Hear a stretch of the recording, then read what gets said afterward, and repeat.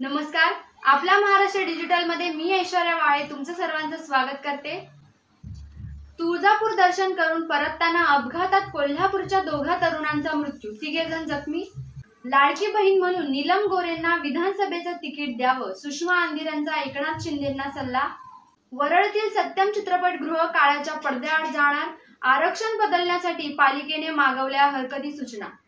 लाडकी बहीण योजनेतील बँक खात्यातील कागदपत्रे पडताळणीवरून बँक व्यवस्थापकाला धक्काबुक्की करून गोंधळ घालणाऱ्या तिघांना हडपसर पोलिसांनी अटक केली। पुण्यातील पेशवेकालीन ओंकारेश्वर मंदिरातील दानपेटी फोडून चोरट्यांनी 6,000 रुपयांची रोकड चोरून नेल्याची घटना उघडकीस आली। चिंचवडमध्ये हृदयात स्क्रूड्रायव्हर भोसकून हत्या करण्यात आली। ही घटना सीसीटीव्ही मध्ये कैद झाली असून अज्ञात आरोपीचा शोध पोलीस घेत आहेत।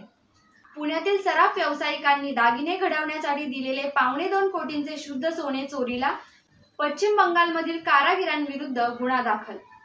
कल्याणमध्ये आईच्या सहमतीने मित्राकडून मुलीवर उत्तराखंडमध्ये लैंगिक अत्याचार, पोलिसांनी बाल लैंगिक अत्याचार प्रतिबंधक कायद्याने गुन्हा दाखल केला।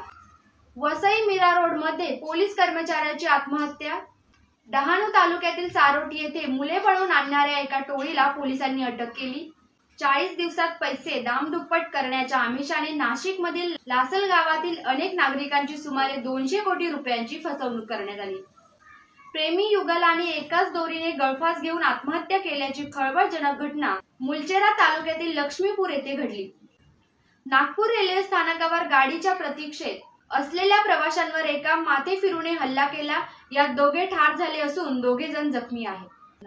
डिझेल नसल्यामुळे श्रीगोंदा एसटी आगार बंद, अनेक एसटी रद्द झाल्यामुळे प्रवाशांचे हाल। रत्नागिरी जिल्ह्यात विजांच्या कडकडाटासह जोरदार वादळी पाऊस, रत्नागिरी रेल्वे स्थानकाच्या कामाची पोलखोल। मालवण येथील किल्ले सिंधुदुर्गला युनेस्कोच्या पथकाने भेट देऊन केली पाहणी। रत्नागिरीत वक्फ बोर्डाच्या उद्घाटन कार्यक्रमाच्या वेळी राडा, उदय सामंतांना भाजप कार्यकर्त्यांनी दाखवले काळे झेंडे। रोहित शेट्टीचा बहुचर्चित सिंघम अगेनचा ट्रेलर अखेर प्रेक्षकांच्या भेटीला आला। मल्टीस्टार असलेला हा सिनेमा 1 नोव्हेंबर 2024 ला प्रदर्शित होणार। अशाच महत्त्वपूर्ण बातम्यांसाठी फॉलो, लाईक, शेअर करा आणि पाहत राहा आपला महाराष्ट्र डिजिटल। नमस्कार।